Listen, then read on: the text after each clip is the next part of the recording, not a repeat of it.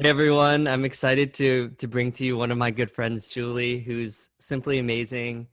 We really connected a lot over the past. Has it been a couple years now since we like reconnected? Probably, yeah. I think it was, Like two years. June of 2018. Ah, good memory. Yes, because I remember it was during a course that I took that you were volunteering at.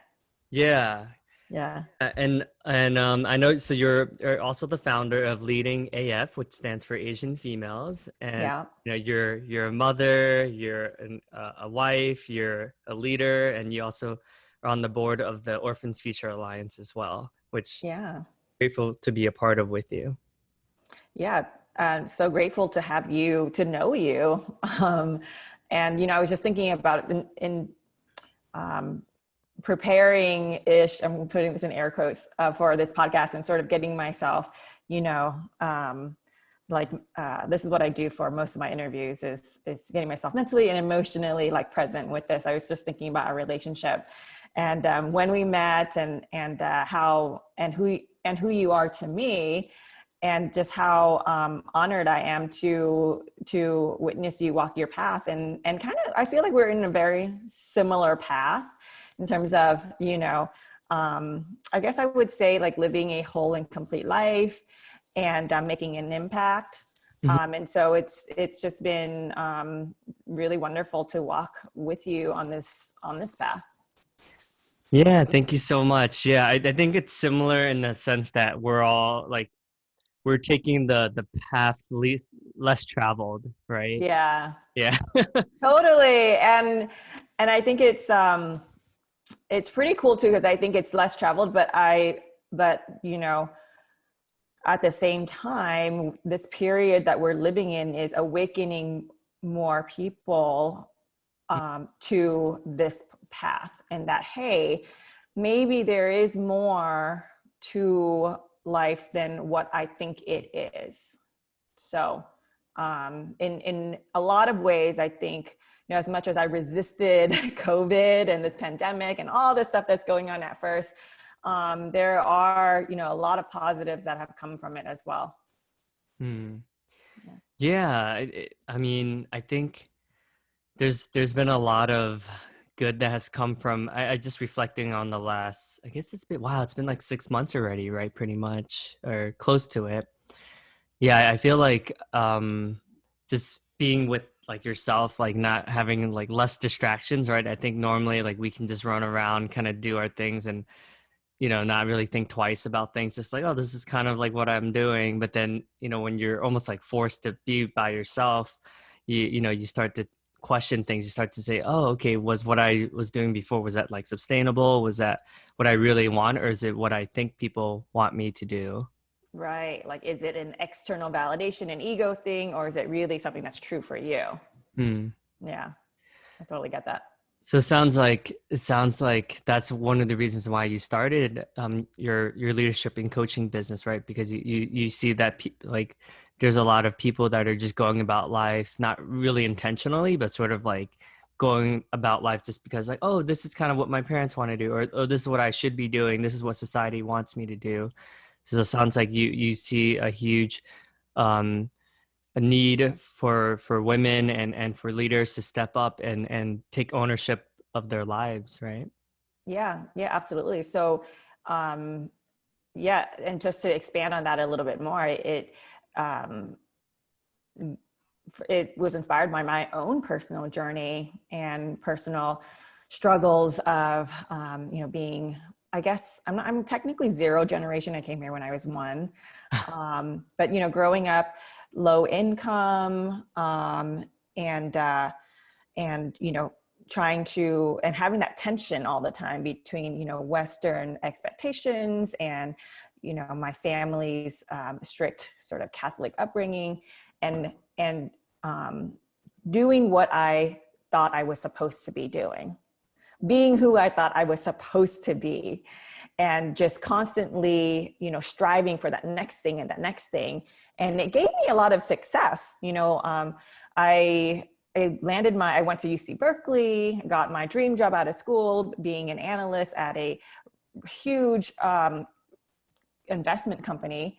And worked in the commercial real estate side and managed probably, yeah, billions of dollars throughout my career. Hmm.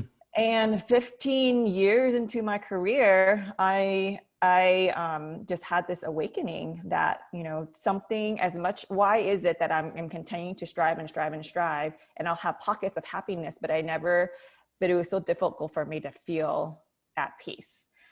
And, and through, you know, it didn't happen overnight, but it was just through a lot of introspection and a lot of curiosity. And just to add to that, like I developed a lot of anxiety. You know, like I achieved so much, yet, you know, I would wake up, you know, feeling just low energy and not excited. And I just felt like there needed to be something more. I'm living the life that I dreamed of, yet it wasn't enough. Right. I can definitely relate to that. And, you know, I think like at LinkedIn, we do have like a pretty cushy job, right? You Mm-hmm. know, we get, I mean, normally, right, when we're in the office, like we have like food catered with awesome chefs, and we have like meditation studios, and we have like yoga, and like, you know, it's like great, right? But I do think like, you know, I was speaking with my therapist, and she's like, yeah, I think like you like everything else, but you don't actually like enjoy like what you do like 9 to 5 as much as everything else that comes with it, you know? So Mm-hmm. yeah, I think a lot of people can relate, because you know, you get sucked at like you worked your ass off to go to an amazing college, right? And then you also have all these amazing opportunities where people oh, it kind of reminds me the bulge bracket. Did you ever watch that? It's No, it's sounds familiar. it's a Asian, a female leading cast member. So she goes to Wall Street, and then she talks about like basically like Wall Street culture, about how like bro it is, and about how like happy she should be. But then like, you know, it's like really stressful, and it's like, Oh my gosh, I can totally relate to that. And I didn't work in Wall Street, but it was very similar in private equity, you know. yeah, yeah. And yeah, and you know, as an Asian female, and I'm sure that this expands to anybody that's of color, right? People of color in general, is you try to fit yourself in and assimilate, and you almost are like wearing, like, which mask should I wear today? You know, how can I be more like them so that I can rise, you know? And that's the emptiness that I realized that I was feeling, is that I've been wearing masks my whole life to achieve and to fit in and to feel loved. And Mhm. but at the end of the day, like, what is the point if I don't feel happy, you know, if I don't feel good? So yeah, so I totally relate to that. And it wasn't until I prioritized myself and I prioritized my happiness and feeling good, and what I actually wanted, when I stopped being afraid. And um, I also have to not just mention, but like highlight that, you know, it was through my kids that I was able to see this. And and just to talk about that a little bit, I, you know, went through on top of having general anxiety about, you know, the cultural issues that I had mentioned before. I also experienced years of infertility, and for anybody who has gone through infertility and IVF treatments and everything, it's one of the most painful. And I feel like kind of like a different person today than I was back then when I was going through it. But every time I talk about it, I start getting emotional again. Mm. Um, but um, but yeah, like, it's one of the most painful things that you can go through, because there's so many different layers to it. But for me, it brought up a lot of issues with like this, you know, thwarted dream that I had, right? Like, of having a family. Uh, I just have always dreamt of being a mom, and I have this, like, you know, this nurturing side of me, and I have so much love to give, and I'm like dying to give it, you know. And then also, you know, like, oh, here's evidence again, Julie, that, you know, you're different, right? Mm. All that stuff. But um anyway, that ultimately I looked for meaning in that, like, why, instead of I swam in the pool of, you know, why is this happening to me, for a long time. Hmm. And then I decided that, you know what, I'm going to make this mean something. I'm going to make create some good out of this. And that's when I joined Orpha. I met Chow at a lunch one day, and she was telling me about Orphans Futures Alliance and how she started it, and you know, the mission of empowering orphans in Southeast Asia through education. And now we're doing mentorship, and it, at that time, and it just resonated with me so much. It still does. And at that time, like, I guess it was divine timing or something, because I was like looking for it and it was right there, right? And so, and then, you know, one thing led to another, and it just expanded my mind to other possibilities of how I can make an impact. And yeah, you know, this is this is I don't want to say abnormal, but I guess it kind of is. But I met my husband. I met a few former foster youth, and we were hearing their testimony and their stories of how much they overcame and who they are, and we were just so inspired by them, and it just really moved and touched us. So it took us like almost no time, but we decided that that's what we wanted to do, is to become foster parents, um, and be able to have a family and be able to help at the same time. And so okay, I feel like that was a lot. um, but just going back to you know, how this inspired me to start leading AF and be a coach. It was really when they came into my life, and after, I would say, like 5 months of complete chaos and survival, like figuring out how to do this thing. And it was, and just for some context, so we welcomed two boys into our home. At the time, they were 4 and 1, and now they're still with us. They're 6 and 3. Oh, yeah. So yeah, for the first 5 months, it was complete chaos, and then once we were able to figure a lot of things out and get into a rhythm and everything, I was able to like kind of clear my mind a little bit, and then and then I just had this realization after giving myself some space that about like what was really important. And it was so life-changing being with them and witnessing their like their blossoming, and how excited they were about just like, you know, any little thing, like a butterfly or Legos, or, you know, I don't know, it could be just be anything.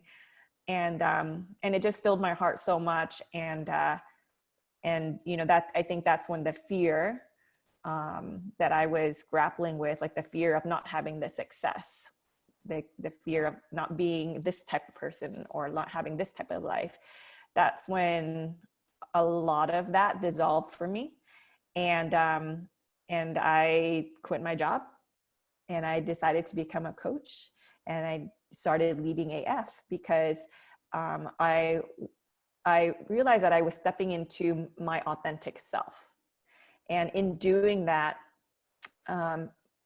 things just got easier. And I just did things that felt right for me. And I expressed myself in a way that felt right for me. And then I all of a sudden became a leader. And I don't know if I necessarily, like, you know, had that as a destination, but it just organically happened because I was true to myself. And I wanted to share that with the community. So yeah. Wow, yeah, that's so many good takeaways. I mean, you were always a leader, right? Like in the sense that, like, you know, even when I was volunteering, or they call it assisting, but it's basically Mm-hmm. volunteering, right? Like even, you know, at Landmark when I came to like assist, like you were a leader. Like I remember being so touched when you offered to like fund someone's like transformation, right? Like, Yeah. you know, and I was just like, wow, like she's such a leader, you know, like very bold. And yeah, and I'll never forget, like I feel like when I was like going through like the darkest of dark times where I just felt like I was like very victim-y. I think you mentioned like at one point you're just like, oh, like, feeling really down on yourself. And I remember like I was just like, man, like why is life like so unfair, you know? And it's actually like it ties in. So yesterday I hosted like an Asians and executive sales panel with like some of like the CRO of a company and then like a director, sales director, and we're all Asian. And I remember starting it off by saying like like I remember always being the only Asian person in sales, right? Mm-hmm. Especially, when you're working with like executives and buyers who are typically like rich, like older white men, right? I'm sure you can relate being in Mm-hmm. PE. And I think like why it ties in together was like after like I think when I received you like donated money to me, and I remember feeling like so happy. And then I think like for some reason like something switched, and then I had faith in society again. And then Yeah. from that day on, I was like, you know what, like I'll give back like no matter what, because I remember like what it was like when I received support, because I think a lot of my life I was like trying to do things on my own because I'm like, oh, I got to here on my own. I got this job on my own and all this stuff. Like I was like very like I didn't want to ask for help because I felt like that showed like weakness, or that was my story. Like, oh, like that's like what weak people do. But then I Mm. realized like the most successful people are the ones that like actually ask for help and get enrollment or get support at whatever cause it is that they're passionate about. So Yeah. that was the moment that like really like flipped the switch for me. And then like from that, here we are Yeah. today, right? Yeah. Well, I love that moment too because there's just so much. It's one moment, but there's so many elements to it that's so beautiful. Like one is I look back at that moment and I remember reading your blog, and I thought, wow, because I think you posted on LinkedIn or a blog, and like I don't know if you remember, but you expressed so much of what you were going through, like about your past and what you were um, what you were challenged with at the moment, which if I remember correctly, you talked about your mental health, struggles and all that. And I just felt like we were like I saw me in you. I saw you and me. I saw my brother and you, like my cousins, like my family, like, you know what I mean? And I just felt so, in a way, like impressed by your courage because that was maybe 3 years ago. Yeah. And and I don't think at that time a lot of people were talking about, and I know it's just quote unquote just 3 years ago, but I feel like we're exponentially getting more and more open now. But not a lot of people are able to be that vulnerable. Mhm. And I just thought it was so beautiful, and it's just a big lesson, for I think anybody, that how things happen, how things change, is the vulnerability, is being honest with where you are emotionally, right? And asking for help, because the resistance in asking for help is part of the block that is keeping you where you are. Mm. But if you can't be vulnerable, then you can't ask for help. The block still stays there, and you're going to continue to repeat the same exact patterns in your life. Mm. And is that good enough for you? I would say, really ask yourself that. For me, like I live my life where I totally resist suffering. So if there's any suffering in my life, I'm like, okay, let's get to the bottom of this. So anyway, so I really acknowledge you for putting yourself out there, your courage, and I see you continuing to do that more and more, and more, and it has such a beautiful ripple effect. So I truly honor you for that. Aw, thank you, Julie. And thank you so much for, I think another pivotal milestone for me was just getting involved with Orphans Future Alliance, because I think like, when we're like depressed or something like that, I think the best way to get out of it is just like being of service, right? To give to others and to not like only think about like ourselves, like our ego, right? So I think that opened up a lot for me because I was after I practiced like I guess not being afraid of rejection and not being afraid of looking bad. Like I think my biggest fear, I think a lot of us our biggest fear is like just not being accepted, right? So I think yeah, Mm. like posting that post was like really scary for me, like you said, because it was like really vulnerable. I talked about mental health, my dad, and stuff like that. And then like another one, like a huge step for me was like asking for like donations, right? It's like Oh, yeah, that's a huge one for me too. yeah, but like to your point, because I was able to do that, like everything else opened up for me, like being able to get support on this, book that I just released that's like on Amazon bestseller to this men's. Congratulations, by the way. Thank you. But like it basically all this opened up, like from hosting the panel event that had 50 people yesterday to this other book that I'm like publishing in 6 months that, there's like 12 different men participating in that.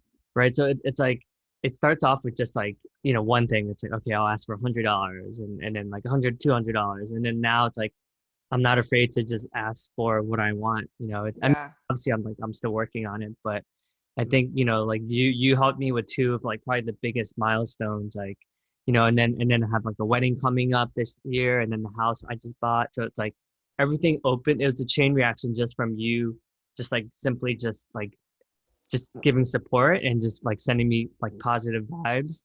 And then now it's like a ripple effect. And then, now I get to like build schools in Africa and, do all these cool things that I like never actually even dreamed of, like I'm a writer now. Like that's so weird. Yeah. I feel like my life's mission is complete. Like I was able to change somebody's life who's now changing like thousands of people's lives. Thank you. Yeah.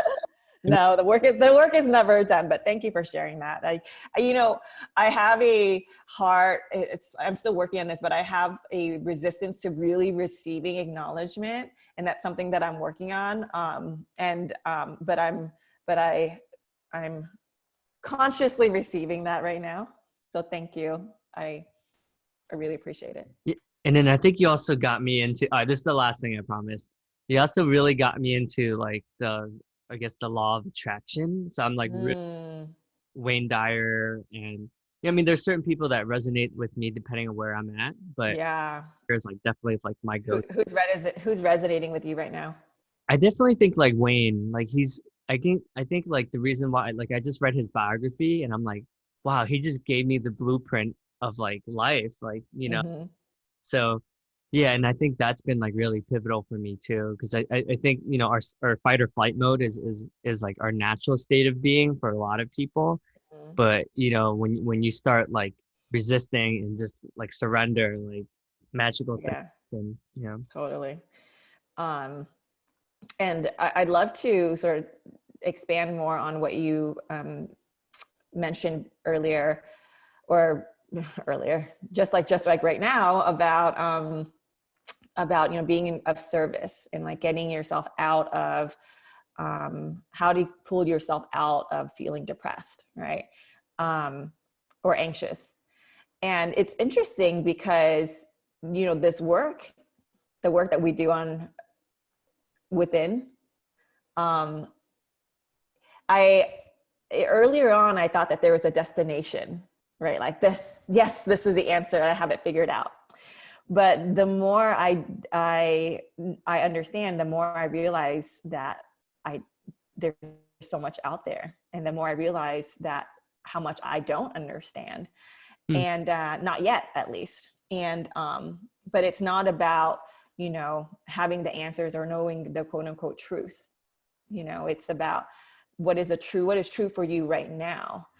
And so where I'm at with me as a person and me as my like career is with COVID, it really brought up a lot of things for me. I thought I was over anxiety, for example. But when everything turned upside down, I was a new entrepreneur. I just recently started the community. I and now I'm a homeschool mom. And my husband's work got busier more than ever. So the support that he was able to provide for me before vanished. Hmm. All the resources like I had, you know, I had help to help me support our boys, right? That went away. And so basically everything kind of like fell apart, and I had to rebuild it again. And as part of that, I was I was in a way like suffering through it, and my energy wasn't there to pour into the community. And with the work that I do, if my energy isn't there, then it's just not going to be aligned. It's not going to be authentic, and I'm not going to make an impact, right? And so I almost experience like, as much as I want to give an impact, as much as I want to make an impact, as much as I know that I'm quote unquote destined for that, I had to experience almost like an ego death, and ask myself, okay, is this impact for me, or is it for my ego? Right. And so that's the layer that I'm exploring, right? And it's painful. It's really freaking painful. And where I am right now is I am at peace finally with um, just working on me and just prioritizing what's important for me right now, right? And prioritizing what really matters to me so that I can fill my cup and then serve from the overflow. And that means like taking a pause on this label of being, you know, the founder of like Leading AF, right? And taking a pause on where I thought my career was going to be, and being okay with not knowing. So Wow. Yeah, I feel like we have so much more we could talk about. I know this is so juicy, right? Let you, because I definitely like, feel bad that I have to end it like early. That's okay. I do, We'll definitely have to resume this convo. yeah, because I feel like we're starting to get to like some good stuff. Oh yeah. Oh my gosh. We can dive so deep here. Wow. Well, Anyway, thank you so much, Julie. Like, I appreciate like who you are and who you're being for the world, like just leading by example, and like your big open heart, and how present you are and how supportive and optimistic you are. Yeah, and like your raw, authentic, and like vulnerability. It's really refreshing, and it's like courageous. So thank you so much. thank you for having me. It's an honor. Yeah. Stay tuned for part two, everyone. Stay tuned. Keeping them in suspense. And so good.